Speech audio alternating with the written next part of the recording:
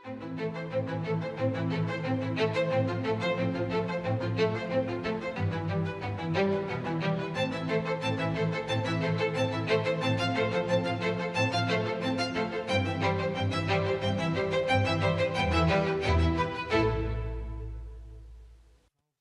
प्यारे देशवासियों, नमस्कार। मन की बात यानी देश के सामूहिक प्रयासों की बात, देश की उपलब्धियों की बात, जन जन के सामर्थ्य की बात। मन की बात यानी देश के युवा सपनों, देश के नागरिकों की आकांक्षाओं की बात।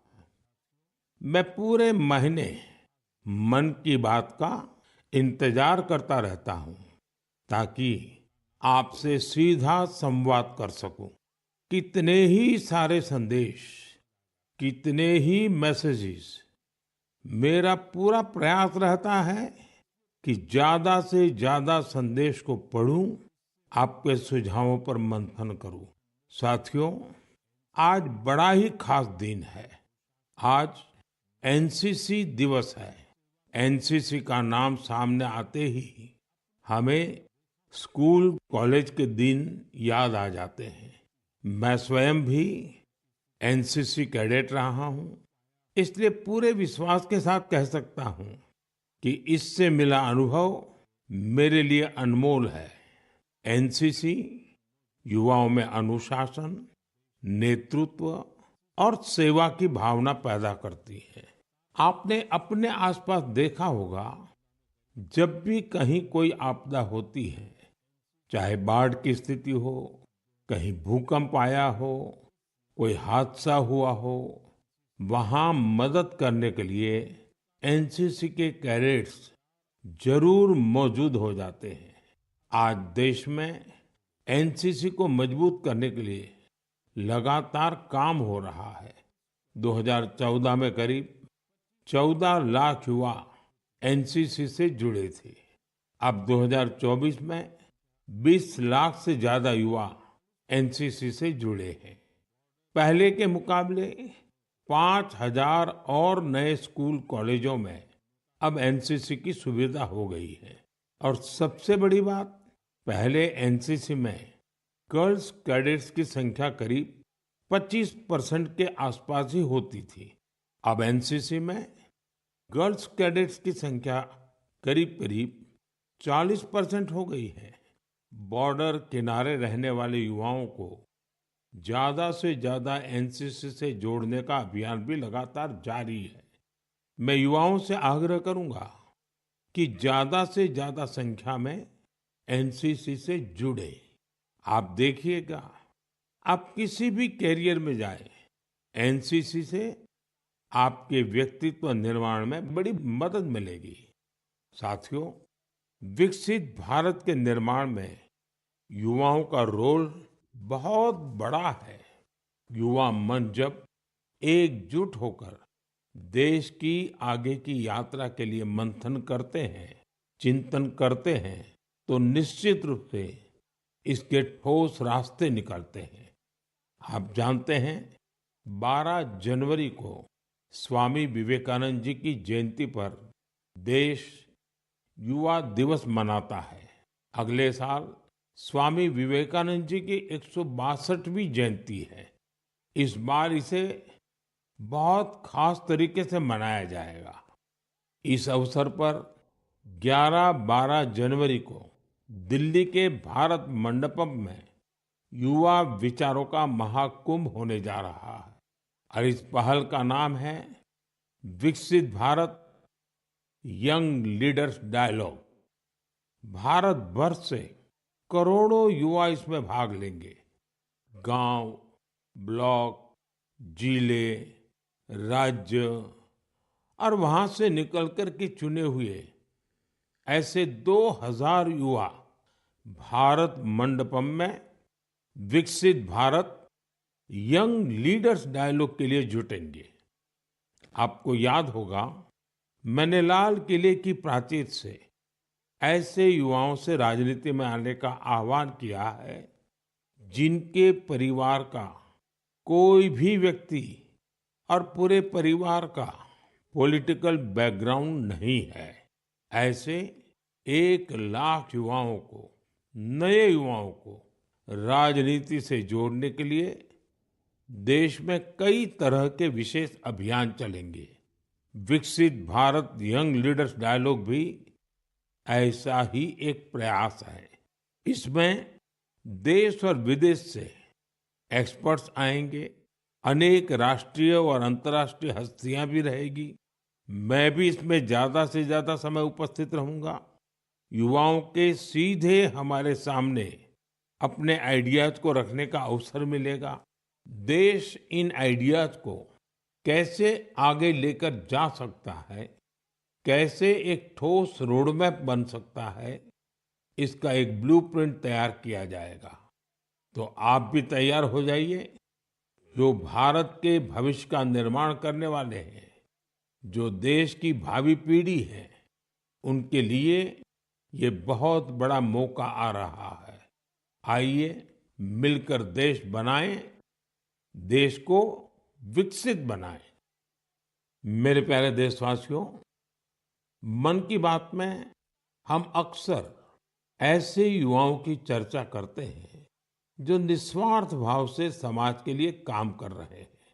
ऐसे कितने ही युवा हैं जो लोगों की छोटी छोटी समस्याओं का समाधान निकालने में जुटे हैं। हम अपने आसपास देखें तो कितने ही लोग दिख जाते हैं जिन्हें किसी न किसी तरह की मदद चाहिए, कोई जानकारी चाहिए। मुझे ये जानकर अच्छा लगा, कुछ युवाओं ने समूह बनाकर इस तरह की बात को भी एड्रेस किया है। जैसे लखनऊ के रहने वाले वीरेंद्र हैं, वो बुजुर्गों को डिजिटल लाइफ सर्टिफिकेट के काम में मदद करते हैं। आप जानते हैं कि नियमों के मुताबिक सभी पेंशनर्स को साल में एक बार लाइफ सर्टिफिकेट जमा कराना होता है। 2014 तक इसकी प्रक्रिया यह थी, इसे बैंकों में जाकर बुजुर्ग को खुद जमा करना पड़ता था। आप कल्पना कर सकते हैं कि इससे हमारे बुजुर्गों को कितनी असुविधा होती थी। अब ये व्यवस्था बदल चुकी है। अब डिजिटल लाइफ सर्टिफिकेट देने से चीजें बहुत ही सरल हो गई है। बुजुर्गों को बैंक नहीं जाना पड़ता। बुजुर्गों को टेक्नोलॉजी की वजह से कोई दिक्कत ना आए, इसमें वीरेंद्र जैसे युवाओं की बड़ी भूमिका है।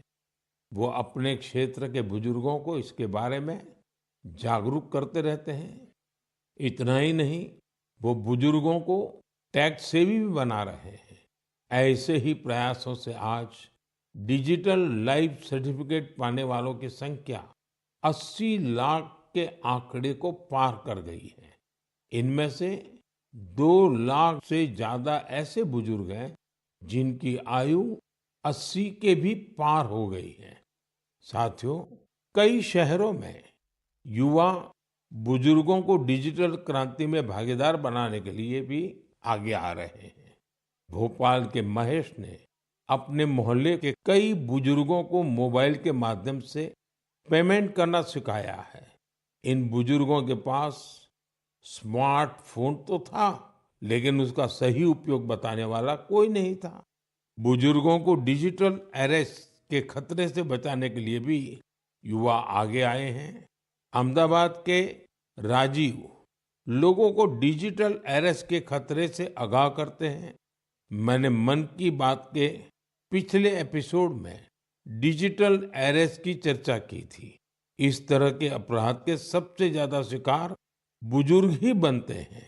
ऐसे में हमारा दायित्व है कि हम उन्हें जागरूक बनाएं और साइबर फ्रॉड से बचने में मदद करें। हमें बार बार लोगों को समझाना होगा कि डिजिटल अरेस्ट नाम का सरकार में कोई भी प्रावधान नहीं है। ये सरासर झूठ, लोगों को फंसाने का एक षड्यंत्र है। मुझे खुशी है कि हमारे युवा साथी इस काम में पूरी संवेदनशीलता से हिस्सा ले रहे हैं और दूसरों को भी प्रेरित कर रहे हैं। मेरे प्यारे देशवासियों, आजकल बच्चों की पढ़ाई को लेकर कई तरह के प्रयोग हो रहे हैं। कोशिश यही है कि हमारे बच्चों में क्रिएटिविटी और बढ़े, किताबों के लिए उनमें प्रेम और बढ़े। कहते भी हैं, किताबें इंसान की सबसे अच्छी दोस्त होती हैं। और अब इस दोस्ती को मजबूत करने के लिए लाइब्रेरी से ज्यादा अच्छी जगह और क्या होगी। मैं चेन्नई का एक उदाहरण आपसे शेयर करना चाहता हूँ। यहाँ बच्चों के लिए एक ऐसी लाइब्रेरी तैयार की गई है जो क्रिएटिविटी और लर्निंग का हब बन चुकी है।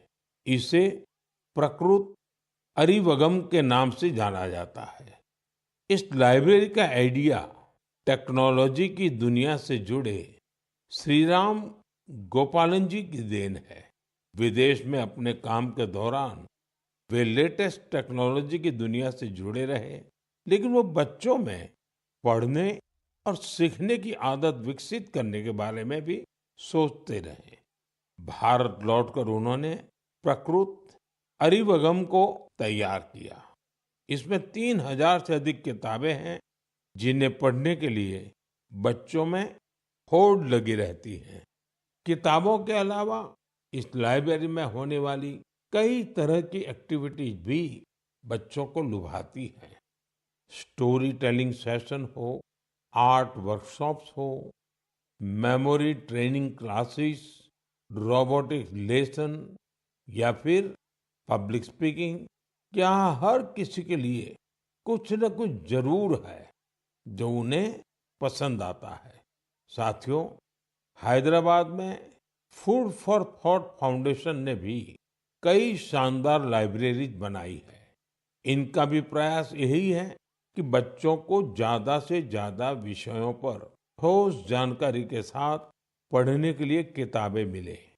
बिहार में गोपालगंज के प्रयोग लाइब्रेरी की चर्चा तो आसपास के कई शहरों में होने लगी है।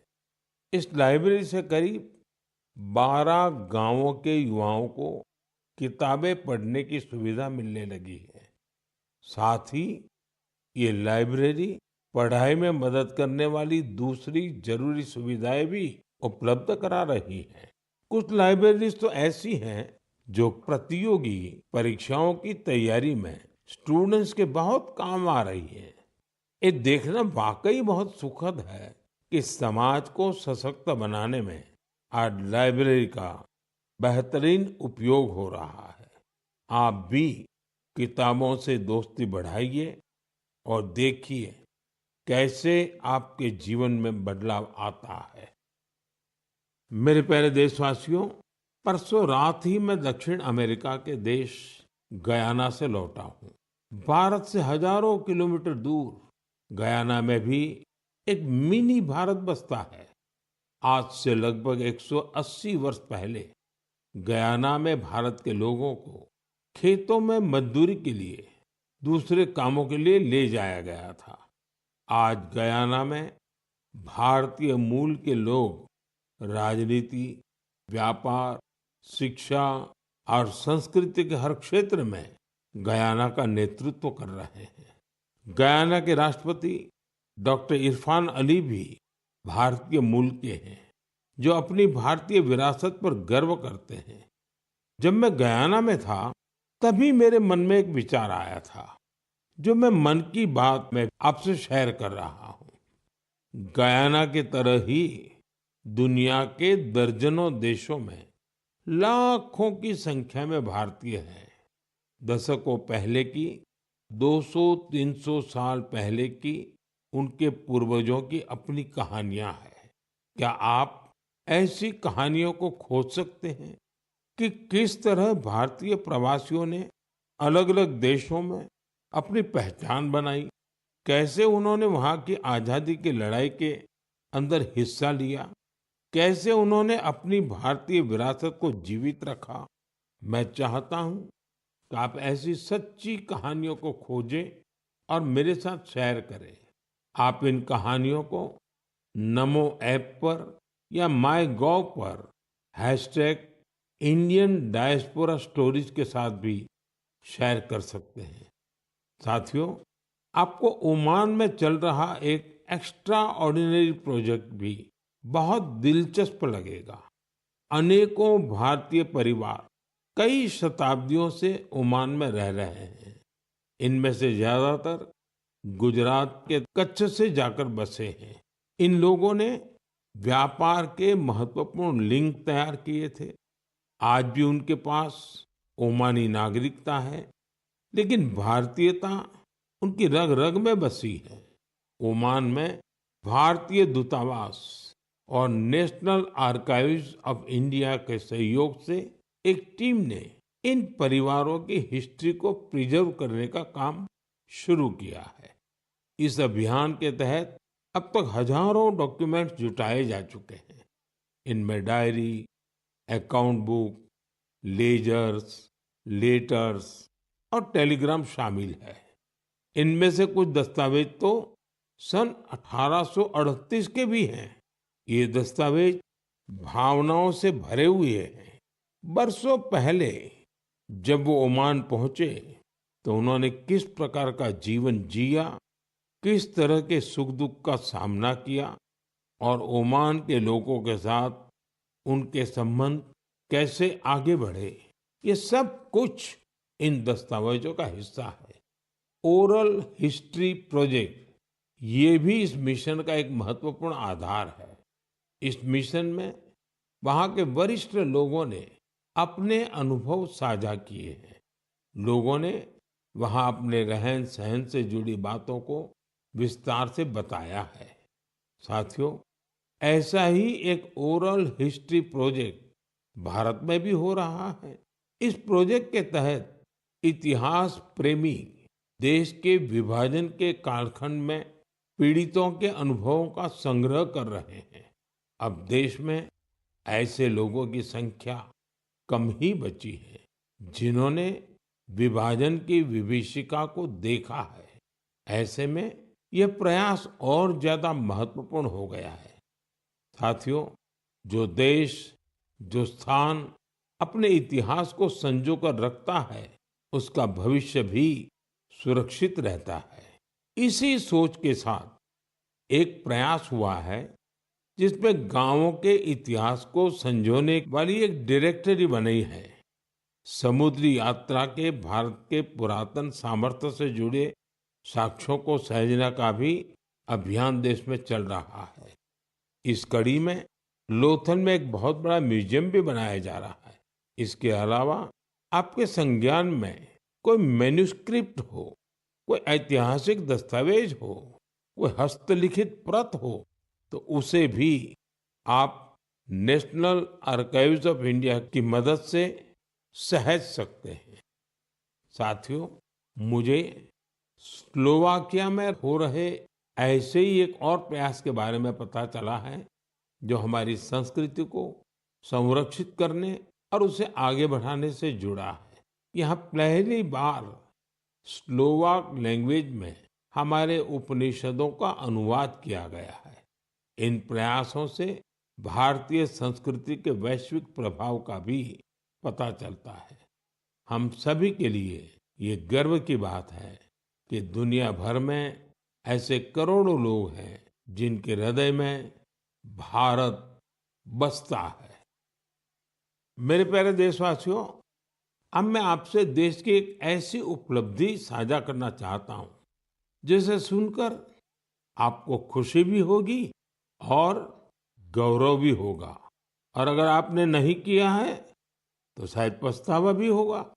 कुछ महीने पहले हमने एक पेड़ माँ के नाम अभियान शुरू किया था। इस अभियान में देश भर के लोगों ने बहुत उत्साह से हिस्सा लिया। मुझे ये बताते हुए बहुत खुशी हो रही है कि इस अभियान ने 100 करोड़ पेड़ लगाने का अहम पड़ाव पार कर लिया है। 100 करोड़ पेड़, वो भी सिर्फ 5 महीनों में। ये हमारे देशवासियों के अथक प्रयासों से ही संभव हुआ है। इससे जुड़ी एक और बात जानकर आपको गर्व होगा। एक पेड़ माँ के नाम अभियान अब दुनिया के दूसरे देशों में भी फैल रहा है। जब मैं गयाना में था तो वहां भी इस अभियान का साक्षी बना। वहां मेरे साथ गयाना के राष्ट्रपति डॉक्टर इरफान अली, उनकी पत्नी की माताजी और परिवार के बाकी सदस्य एक पेड़ मां के नाम अभियान में शामिल हुए। साथियों, देश के अलग अलग हिस्सों में ये अभियान लगातार चल रहा है। मध्य प्रदेश के इंदौर में एक पेड़ मां के नाम अभियान के तहत पेड़ लगाने का रिकॉर्ड बना है। यहाँ 24 घंटे में 12 लाख से ज्यादा पेड़ लगाए गए। इस अभियान की वजह से इंदौर की रेवती हिल्स के बंजर इलाके अब ग्रीन जोन में बदल जाएंगे। राजस्थान के जैसलमेर में इस अभियान के द्वारा एक अनोखा रिकॉर्ड बना। यहाँ महिलाओं की एक टीम ने 1 घंटे में 25,000 पेड़ लगाए। माताओं ने माँ के नाम पेड़ लगाया और दूसरों को भी प्रेरित किया। यहाँ एक ही जगह पर 5,000 से ज्यादा लोगों ने मिलकर पेड़ लगाए। ये भी अपने आप में एक रिकॉर्ड है। एक पेड़ माँ के नाम अभियान के तहत कई सामाजिक संस्थाएं स्थानीय जरूरतों के हिसाब से पेड़ लगा रही है। उनका प्रयास है कि जहां पेड़ लगाए जाएं, वहां पर्यावरण के अनुकूल पूरा इकोसिस्टम डेवलप हो। इसलिए ये संस्थाएं कहीं औषधीय पौधे लगा रही हैं, तो कहीं चिड़ियों का बसेरा बनाने के लिए पेड़ लगा रही है। बिहार में जीविका सेल्फ हेल्प ग्रुप की महिलाओं ने 75 लाख पेड़ लगाने का अभियान चला रही है। इन महिलाओं का फोकस फल वाले पेड़ों पर है, जिससे आने वाले समय में आय भी की जा सके। साथियों, इस अभियान से जुड़कर कोई भी व्यक्ति अपनी माँ के नाम पर पेड़ लगा सकता है। अगर माँ साथ है तो उन्हें साथ लेकर आप पेड़ लगा सकते हैं। नहीं तो उनकी तस्वीर साथ में लेकर आप इस अभियान का हिस्सा बन सकते हैं। पेड़ के साथ आप अपनी सेल्फी भी mygov.in पर पोस्ट कर सकते हैं। माँ हम सब के लिए जो करती हैं, हम उनका ऋण कभी नहीं चुका सकते, लेकिन एक पेड़ माँ के नाम लगाकर हम उनकी उपस्थिति को हमेशा के लिए जीवंत बना सकते हैं। मेरे प्यारे देशवासियों, आप सभी लोगों ने बचपन में गोरैया या स्पैरो को अपने घर की छत पर, पेड़ों पर चहकते हुए जरूर देखा होगा। गोरैया को तमिल और मलयालम में कुरुवी, तेलुगु में पिच्चुका और कन्नड़ा में गुब्बी के नाम से जाना जाता है। हर भाषा, संस्कृति में गोरैया को लेकर किस्से कहानी सुनाए जाते हैं। हमारे आसपास बायोडायवर्सिटी को बनाए रखने में गोरैया का एक बहुत महत्वपूर्ण योगदान होता है। लेकिन आज शहरों में बड़ी मुश्किल से गोरैया दिखती है। बढ़ते शहरीकरण की वजह से गोरैया हमसे दूर चली गई है। आज की पीढ़ी के ऐसे बहुत से बच्चे हैं जिन्होंने गोरैया को सिर्फ तस्वीरों या वीडियो में देखा है। ऐसे बच्चों के जीवन में इस प्यारी पक्षी की वापसी के लिए कुछ अनोखे प्रयास हो रहे हैं। चेन्नई के कुडुगल ट्रस्ट ने गोरैया की आबादी बढ़ाने के लिए स्कूल के बच्चों को अपने अभियान में शामिल किया है। संस्थान के लोग स्कूलों में जाकर बच्चों को बताते हैं कि गोरैया रोजमर्रा के जीवन में कितनी महत्वपूर्ण है। ये संस्थान बच्चों को गोरैया का घोंसला बनाने की ट्रेनिंग देते हैं। इसके लिए संस्थान के लोगों ने बच्चों को लकड़ी का एक छोटा सा घर बनाना सिखाया। इसमें गोरैया को रहने खाने का इंतजाम किया। ये ऐसे घर होते हैं जिन्हें किसी भी इमारत की बाहरी दीवार पर या पेड़ पर लगाया जा सकता है। बच्चों ने इस अभियान में उत्साह के साथ हिस्सा लिया और गोरैया के लिए बड़ी संख्या में घोंसला बनाना शुरू कर दिया। पिछले 4 वर्षों में संस्था ने गोरैया के लिए ऐसे 10,000 घोंसले तैयार किए हैं। कुडुगल ट्रस्ट की इस पहल से आसपास के इलाकों में गोरैया की आबादी बढ़नी शुरू हो गई है। आप भी अपने आसपास ऐसे प्रयास करेंगे तो निश्चित तौर पर गोरैया फिर से हमारे जीवन का हिस्सा बन जाएगी।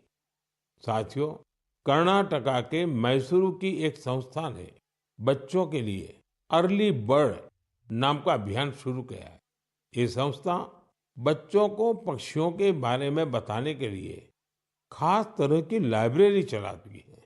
इतना ही नहीं, बच्चों में प्रकृति के प्रति जिम्मेदारी का भाव पैदा करने के लिए नेचर एजुकेशन किट तैयार किया है। इस किट में बच्चों के लिए story book, games, activity sheets और जिगसॉ पजल्स हैं। ये संस्था शहर के बच्चों को गांवों में लेकर जाती है और उन्हें पक्षियों के बारे में बताती है। इस संस्था के प्रयासों की वजह से बच्चे पक्षियों की अनेक प्रजातियों को पहचानने लगे हैं। मन की बात के श्रोता भी इस तरह के प्रयास से बच्चों में अपने आसपास को देखने, समझने का अलग नजरिया विकसित कर सकते हैं। मेरे प्यारे देशवासियों, आपने देखा होगा, जैसे ही कोई कहता है सरकारी दफ्तर, तो आपके मन में फाइलों के ढेर की तस्वीर बन जाती है। आपने फिल्मों में भी ऐसा ही कुछ देखा होगा। सरकारी दफ्तरों में इन फाइलों के ढेर पर कितने ही मजाक बनते रहते हैं, कितनी ही कहानियां लिखी जा चुकी है। बरसों बरस तक ये फाइलें ऑफिस में पड़े पड़े धूल से भर जाती थी, वहां गंदगी होने लगती थी। ऐसी दशकों पुरानी फाइलों और स्क्रैप को हटाने के लिए एक विशेष स्वच्छता अभियान चलाया गया। आपको ये जानकर खुशी होगी कि सरकारी विभागों में इस अभियान के अद्भुत परिणाम सामने आए हैं। साफ सफाई से दफ्तरों में काफी जगह खाली हो गई है। इससे दफ्तर में काम करने वालों में एक ओनरशिप का भाव भी आया है। अपने काम करने की जगह को स्वच्छ रखने की गंभीरता भी उनमें आई है। साथियों, आपने अक्सर बड़े बुजुर्गों को कहते सुना होगा कि जहाँ स्वच्छता होती है वहाँ लक्ष्मी जी का वास होता है। हमारे यहाँ कचरे से कंचन का विचार बहुत पुराना है। देश के कई हिस्सों में युवा बेकार समझे जाने वाली चीजों को लेकर कचरे से कंचन बना रहे हैं, तरह तरह के इनोवेशन कर रहे हैं। इससे वो पैसे कमा रहे हैं, रोजगार के साधन विकसित कर रहे हैं। ये युवा अपने प्रयासों से सस्टेनेबल लाइफस्टाइल को बड़ी बढ़ावा दे रहे हैं। मुंबई की दो बेटियां का ये प्रयास वाकई बहुत प्रेरक है। अक्षरा और प्रकृति नाम की ये दो बेटियां कतरन से फैशन के सामान बना रही है।